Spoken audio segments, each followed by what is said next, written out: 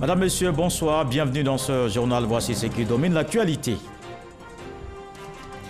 Elles ont décidé de rejoindre le mouvement PDCI Renaissance. Plus de 600 femmes sont venues de toutes les régions de la Côte d'Ivoire. Elles ont affirmé cette adhésion en présence du vice-président Daniel Kablan-Duncan. Ces femmes ont aussi exprimé leur attachement à la paix et au développement. À bientôt, un CHR à Boundiali annonce le Premier ministre Amadou Gon Coulibaly a lancé les travaux de la voirie de la région de la Bagoué. 24 km de bitume au total. C'était en marge de l'investiture du nouveau maire de Boundiali, la ministre Marietou Koné, cérémonie tenue aujourd'hui. Et puis une semaine après sa disparition, hommage à Bernard Dadié décédé à l'âge de 103 ans. Écrivain, homme politique, le père de la littérature ivoirienne était un auteur prolifique. Romans, nouvelles, poésie, essais et théâtre, un voyage des genres. Nous verrons ce qu'a laissé Bernard Dadié. Plus de 600 femmes adhèrent au mouvement PDCI Renaissance. Elles sont venues de toutes les régions de la Côte d'Ivoire. Ces femmes ont réaffirmé leur attachement aux valeurs de paix. C'était au cours d'une rencontre en présence du vice-président. Le reportage d'Herman Guivet. Venues de toutes les régions de la Côte d'Ivoire, des centaines de femmes affirment leur adhésion au mouvement PDCI Renaissance. Plus de 600 femmes, selon les organisateurs, venues donc confirmer de vive voix cette décision d'adhésion au président du mouvement PDCI Renaissance, Daniel Kablan-Duncan. Nous sommes avec vous. Présents à cette cérémonie, plusieurs autres vice-présidents du mouvement PDCI Renaissance. Marraine de la cérémonie et porte-parole des femmes, Raymonde Goudou Kofi a réaffirmé cet engagement. Aujourd'hui, le PDCI Renaissance incarne la diversité et le respect de l'autre. Et c'est cela, Excellence, qui les a séduits dans PDCI Renaissance. Elles sont toutes issues du PDCI RDA.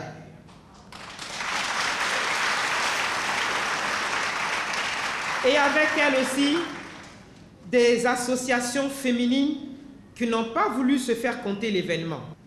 Elles sont membres des instances du PDCI RDA. Elles deviendront membres des instances de PDCI Renaissance et du PHTP. Elles adhèrent toutes au RHDP comme des Amazones de paix et de vérité. Elles me l'ont dit clairement que votre présence à côté de son Excellence, Monsieur le Président de la République, les réconforte. Elles sont avec vous. Excellence, c'est vous qu'elles sont venues écouter. C'est vous qu'elles veulent entendre. Un engagement fort apprécié par le président du mouvement PDCI Renaissance. Chers militantes, aujourd'hui, plus qu'hier, nous devons toutes et tous nous mobiliser pour préserver le navire ivoire de la violence des flots à l'approche des élections présidentielles de 2020. Je suis donc très heureux de voir aujourd'hui adhérer 600 femmes à notre mouvement. Oui, 600 femmes dynamiques et vaillantes.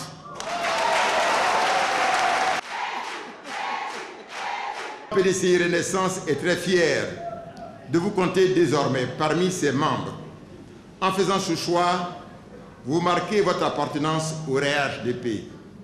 Et vous le faites bien car, en plus des raisons que je viens d'évoquer, le RHDP est aussi l'un des fervents défenseurs de la cause féminine.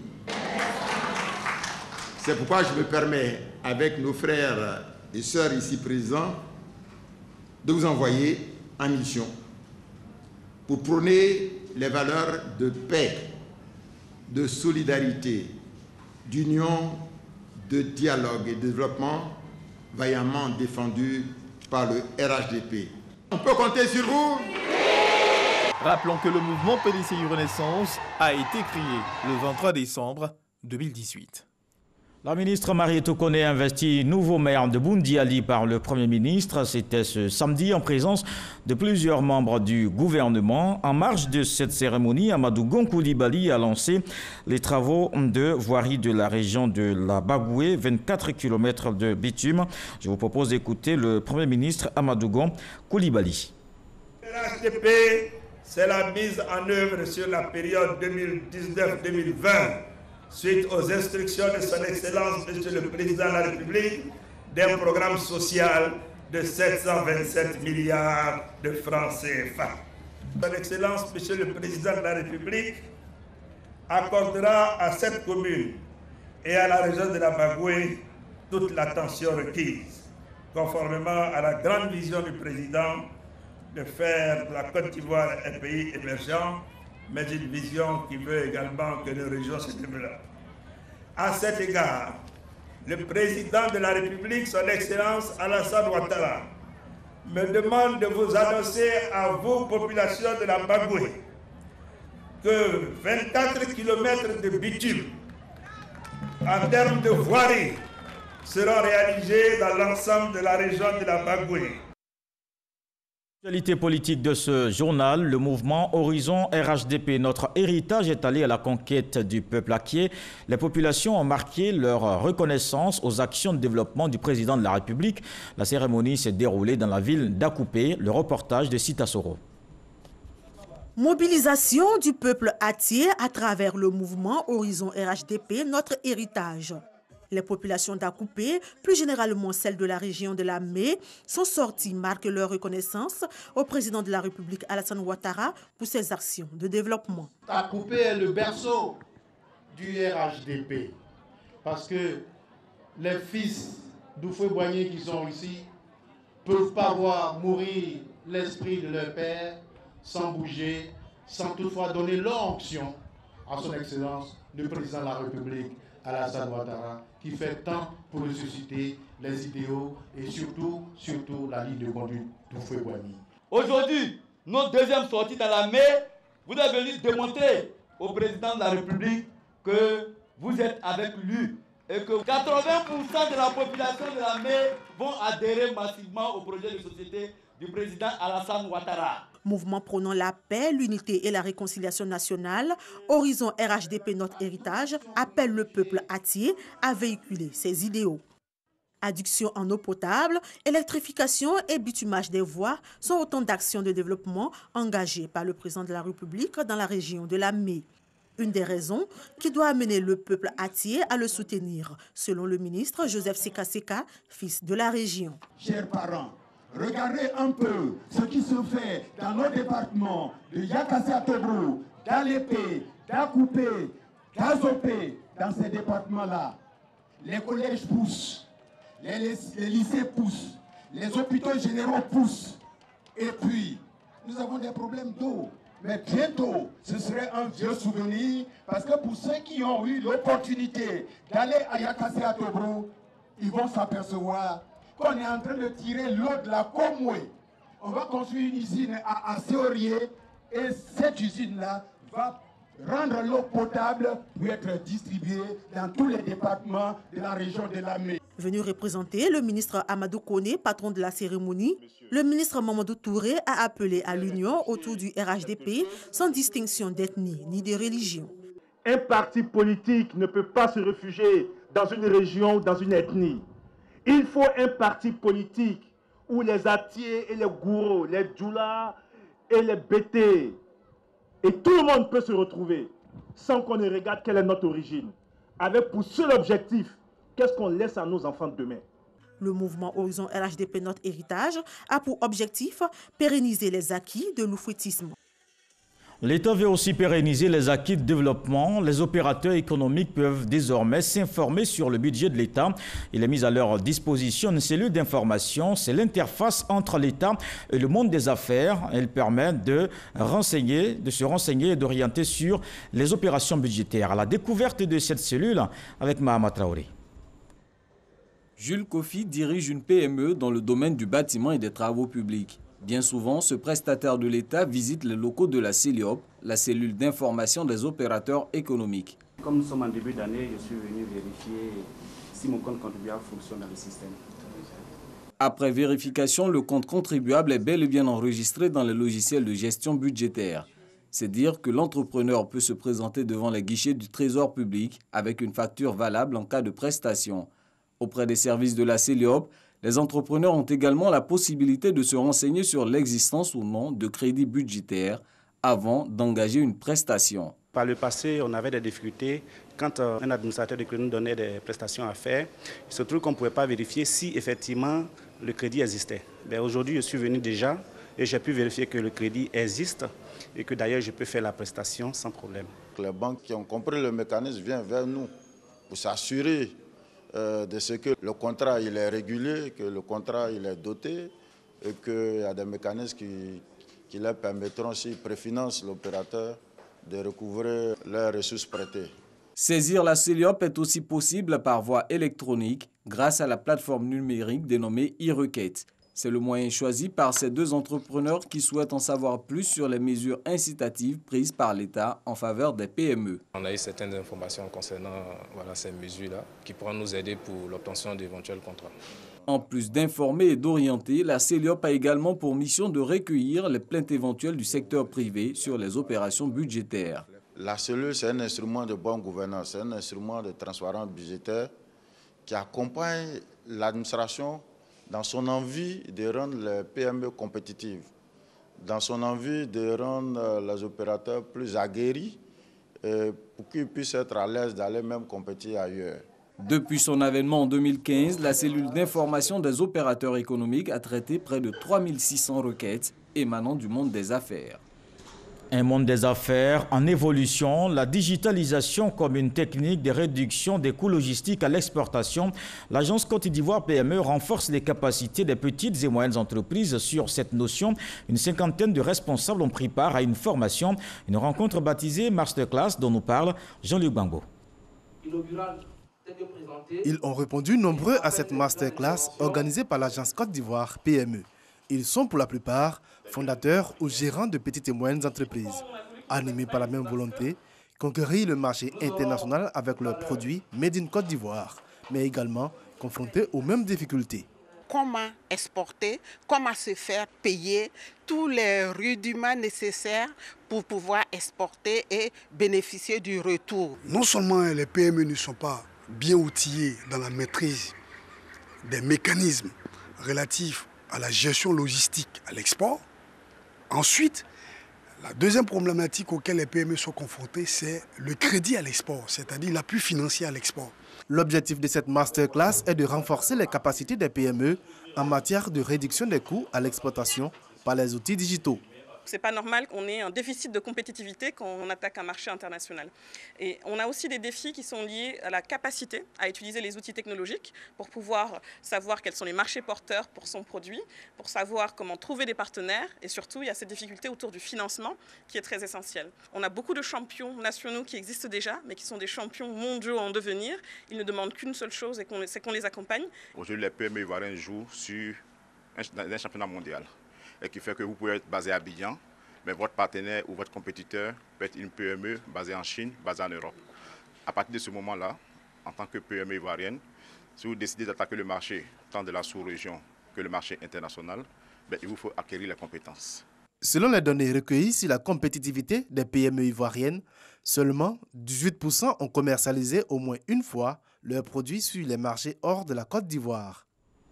L'intelligence artificielle, la 5G et la démocratisation de l'impression 3D, autant d'innovations qui vont marquer cette année 2019. Ce sont entre autres les principales tendances des prédictions du secteur de la technologie, des médias et des télécommunications dans le monde. Cette TMT présentée au ministre de l'économie numérique Claude Isaac D. L'industrie de la radio est l'un des secteurs les plus productifs. Les explications de Walter Amadou Ouattara.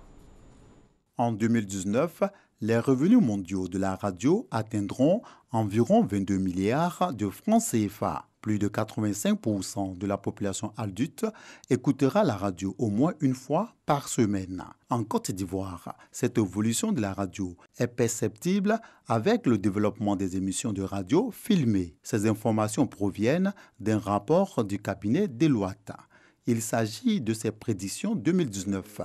Ces prédictions concerne les tendances de l'industrie TMT, technologie, médias et télécommunications. Une tendance aussi importante, c'est la tendance relative à la compétition sur jeux vidéo. La Côte d'Ivoire a un grand tournoi de jeux vidéo qui prévoit d'envoyer 15 pays. La compétition autour du jeu vidéo va rester très forte et c'est l'une des 8 tendances que nous avons présentées aujourd'hui.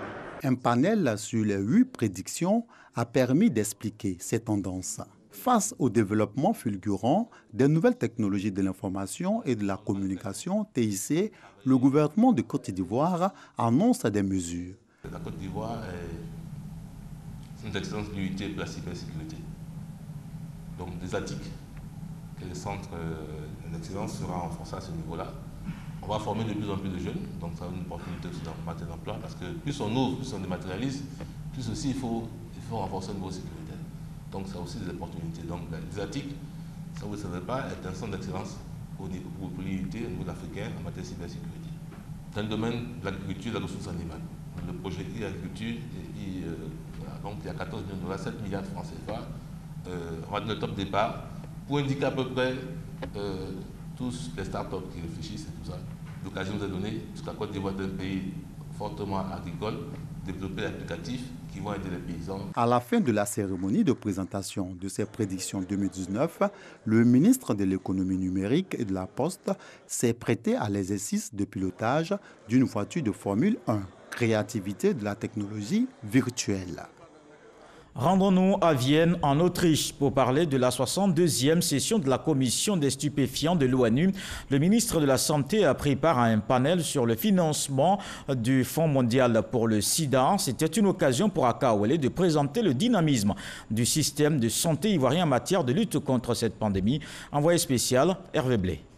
Vienne, en Autriche, le ministre Akaouele, en plein partage d'expérience sur le dynamisme du système de santé ivoirien, sur ses acquis en matière notamment de lutte contre le VIH-Sida, la tuberculose et le paludisme. Également mis en exergue ici la bonne collaboration avec les partenaires techniques dans l'obtention de ces résultats. Il a été considéré que la Côte d'Ivoire est un modèle dans ce domaine et qu'il fallait que le ministre de la Santé de Côte d'Ivoire vienne faire partager ce modèle ivoirien, l'expérience ivoirienne, qui a permis de réduire de moitié les mortalités dues au sida en moins de 5-10 ans. De 2019 à 2021, le Fonds mondial a accepté d'apporter à la requête de la Côte d'Ivoire une subvention de plus de 126 milliards de francs CFA. La condition, c'est que le pays également cofinance, c'est-à-dire apporte également sa quote-part, et la Côte d'Ivoire le fera à hauteur de 15%. Le ministre Akaouele co-présidait avec la France la table ronde sur le Fonds mondial de lutte contre le sida, la tuberculose et le paludisme, sur son financement. Réunis à Vienne à cette occasion et en marge de la 62e session de la Commission des Nations Unies sur les stupéfiants, des représentants des instances internationales, gouvernements et sociétés civiles. D'avoir au fond sur la même estrade des représentants de chacune de ces tendances qui vont œuvrer ensemble, particulièrement durant l'année 2019, avec l'événement très important de la reconstitution du Fonds mondial de lutte contre le VIH, contre le paludisme et la tuberculose, d'œuvrer tous ensemble pour renforcer justement le bien-être et la santé de l'ensemble de la population. C'était extrêmement important. On sait quoi faire, on sait de combien on a besoin. C'est qu'il faudrait entre 16 et 18 milliards pour réussir à endiguer l'épidémie de VIH et de l'hépatite tuberculose. Aujourd'hui, le maximum qui pourrait être comme objectif en 2019, c'est 14 milliards. Lyon, en France, abrite en octobre prochain la conférence de reconstitution des ressources du Fonds mondial de lutte contre le sida, la tuberculose et le paludisme. Le président Alassane Ouattara y sera à l'invitation du président français Emmanuel Macron. Le ministre Akaouele l'annonce en réaffirmant l'engagement de la Côte d'Ivoire dans la lutte contre ces 3 pandémies et aux côtés des instances internationales. Ici en Côte d'Ivoire, l'on prépare la fête de Pâques dans le Vébaoulé. Dans cette partie centre du pays, c'est Pakinou. L'accent est mis sur le développement. À Yamoussoukro, le conseil municipal a lancé la 6e édition du festival Pakinou. Cet événement culturel et touristique se tient du 13 au 21 avril 2019. Kader Sogodogo. Rendez-vous culturel incontournable dans les régions centres de la Côte d'Ivoire, Pakinou est un moment de retrouvailles pour parler de développement. À Yamoussoukro, à l'initiative du maire Jean Kwakou Nyanangbe et de son conseil municipal, se tient depuis maintenant 6 ans Pakinou Festival. Objectif, développer l'industrie touristique à travers un programme alléchant basé sur la richesse culturelle tant dans la commune que dans les villages. L'édition 2019 est dédiée à l'environnement. Le conseil municipal a décrété l'année 2019 année de la propriété du cadre de vie. Beaucoup d'activités seront menées au cours de cette année pour que notre environnement social, notre environnement de vie soit meilleur. Nous entendons instaurer une lutte implacable contre la saleté et les ordures. Et ce concours que nous allons mettre en œuvre dans quelques semaines participera de la sensibilisation. Le ministère du Tourisme, à travers sa direction régionale, assure le commissariat général de Pakinou Festival 2019. Débuter de façon embryonnaire dans la cour, sous les arbres ici, petit à petit, comme on le dit, l'oiseau faisant son nid. Pakinou a fait son nid, a mué doucement, doucement pour devenir aujourd'hui Pakinou Festival de Yamoussoukro. Circuit touristique, concerts, parades, expositions, actions sociales, sport et surtout les concours Black Laman pour magnifier la beauté de la femme et Mami Aliefé côté culinaire vont meubler le programme du 13 au 21 avril 2019. L'actualité en culture, c'est aussi le FEMUA qui démarre le 23 avril prochain. La 12e édition du Festival des musiques urbaines d'Anoumambo met l'accent sur la promotion du genre. Cette année, le groupe Magic System va mener des actions sociales. Après cette fête africaine, le Burkina Faso est le pays invité, Issa Tionayo. Et c'est reparti pour le FEMUA, Festival des musiques urbaines d'Anoumambo. Cette année, au cœur de la 12e édition, la question du genre et développement. C'est un thème qui doit nous interpeller tous sur le rôle que peut jouer la femme pour le développement d'un pays ou d'un continent et parler aussi de la parité entre hommes et femmes, la scolarisation de la jeune fille, la lutte contre les violences conjugales. C'est des choses que nous voulons débattre et je crois que la culture peut être un bon canal pour véhiculer ce message-là. Le FEMUA, ce sont des actions sociales et le volet artistique. Sur le plan social, la ville d'Odiéné bénéficiera de la construction d'une école Magic System. De grosses pointures, la musique ivoirienne et africaine sont annoncées. Oumou Sangaré, Femi Kuti, Mani Bella, Chantal Taïba, Molière, Claire Bailly et bien d'autres artistes vont égayer le public du côté de l'INJS, Institut national de la jeunesse et des sports à Marcouri. En tant que la première dame du coupé décalé, c'est tout un honneur pour moi parce que c'est waouh. FEMUA, c'était un grand festival que tout le monde connaît dans ce monde. À partir de cette 12e édition, un pays sera désormais à l'honneur. Pour le FEMUA 12, le Burkina Faso est le premier pays invité. À partir du moment où nous sommes convaincus que la culture est le chemin le plus court pour rapprocher nos peuples, il va de soi que nous nous investissions pour que, à partir de l'exemple du Burkina, d'autres États africains puissent apporter leur contribution à la réussite de ce festival. Pour le ministre de la Culture et de la Francophonie, le FEMUA est une manifestation de référence. Le FEMUA 12 se déroulera du 23 au 28 avril prochain à Anoumambo et à l'INJS. Pour le FEMUA délocalisé, la ville de Gagnoua a été choisie pour abriter l'événement. La marraine de cette édition est la première dame, Dominique Ouattara. Plus de 200 000 festivaliers sont attendus. Cela fait une semaine que Bernard Dadier est décédé à l'âge de 103 ans. Écrivain, homme politique, le père de la littérature ivoirienne était un auteur prolifique. Retour ce soir sur un homme qui a marqué tous les temps. Aujourd'hui, que retenir de son œuvre? Franck Wadio a rencontré quelques écrivains. Ne jamais se lasser de lire ou de s'inspirer de Dadier. Un écrivain qui éveille bien l'âme poétique du lecteur. Nègre de Lagune, attiré par le nom prestigieux de Duquesne. Au nombre des petits-enfants spirituels de Dadier, Maker Ety, le président des écrivains de Côte d'Ivoire, y relève l'impact du centenaire sur la littérature ivoirienne. C'est un homme de conviction, un homme de diversité. Son œuvre en est le témoignage.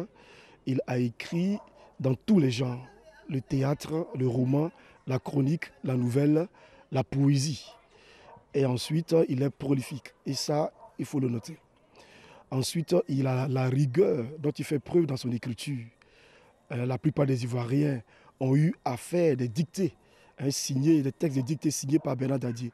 Une des qualités de l'homme, sa constance, quel que soit son type d'engagement. Bernard Dadier est un homme constant. Lorsque vous lisez Carnet de prison, livre qui a été écrit pendant la colonisation, et que vous lisez Caillou blanc, on voit que Bernard Dadier, le vieux lion, ne rugit que lorsque il y a injustice. Lorsqu'il voit une force, surtout de l'extérieur, venir écraser la Côte d'Ivoire, alors il rugit. Son engagement n'a jamais changé. Des œuvres et des genres divers caractérisent l'auteur qui avait le don d'exceller partout. Son impact reste notable. Lui, il a toujours détesté toute forme d'injustice qui favorise l'inégalité. L'œuvre de Dadier comme repère pour tout le continent francophone, colloque et fondation axés sur sa pensée littéraire comme pour l'immortaliser davantage. Roman, nouvelle, poésie, essai et théâtre, un voyage des genres.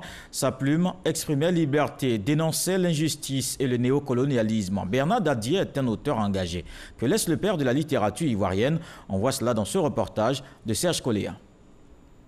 En Afrique, quand un vieillard meurt, c'est une bibliothèque qui brûle. Cette citation de Amadou Ampateba ne s'appliquera certainement pas à Bernard Belin Dadier, tant les disciples et fruits littéraires de l'homme sont nombreux. Depuis 1934, depuis la publication d'Assémian Deilé, imaginez la longueur des lignes qu'il a pu créer pendant ces 80 années d'écriture.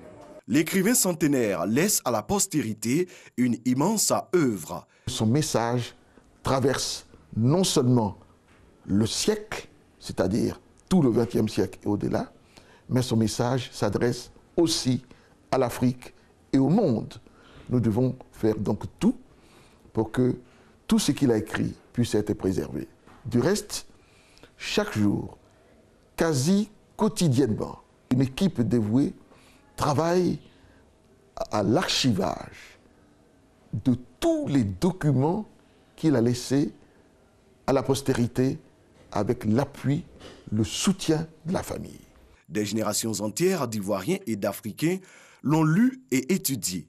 Nous avons découvert au CE1 et depuis cet âge-là, nous avons aimé son écriture et nous avons fait le pari de devenir écrivain comme lui. Donc nous sommes le fruit de son héritage. Charles Peumont, jeune écrivain et éditeur, fait partie de ces hommes de lettres qui se sont battus pour la pérennité de l'œuvre de Dadier. Peumont a même publié la dernière œuvre du centenaire, Escale dans le temps. L'héritage de Dadier s'étend et s'étendra de génération en génération. Quand vous prenez Escale dans le temps, c'est un texte de ces archives-là, des textes qui datent des années 50, 60, et c'est lui-même qui a choisi le titre « Escale dans le temps » ou « Le combat pour la dignité de l'Afrique ». Bernard Dadier n'aura pas vécu en vain, car au fond de chaque intellectuel, universitaire, élève ou étudiant, existe un peu de Climbié, de M. Togonini, de Béatrice du Congo, du Pagne Noir ou encore des Nègres à Paris pour une Afrique debout. Cet hommage à Bernard Dadier met un terme à ce journal. Merci de l'avoir suivi. Je vous retrouve demain avec beaucoup de plaisir. Bonsoir.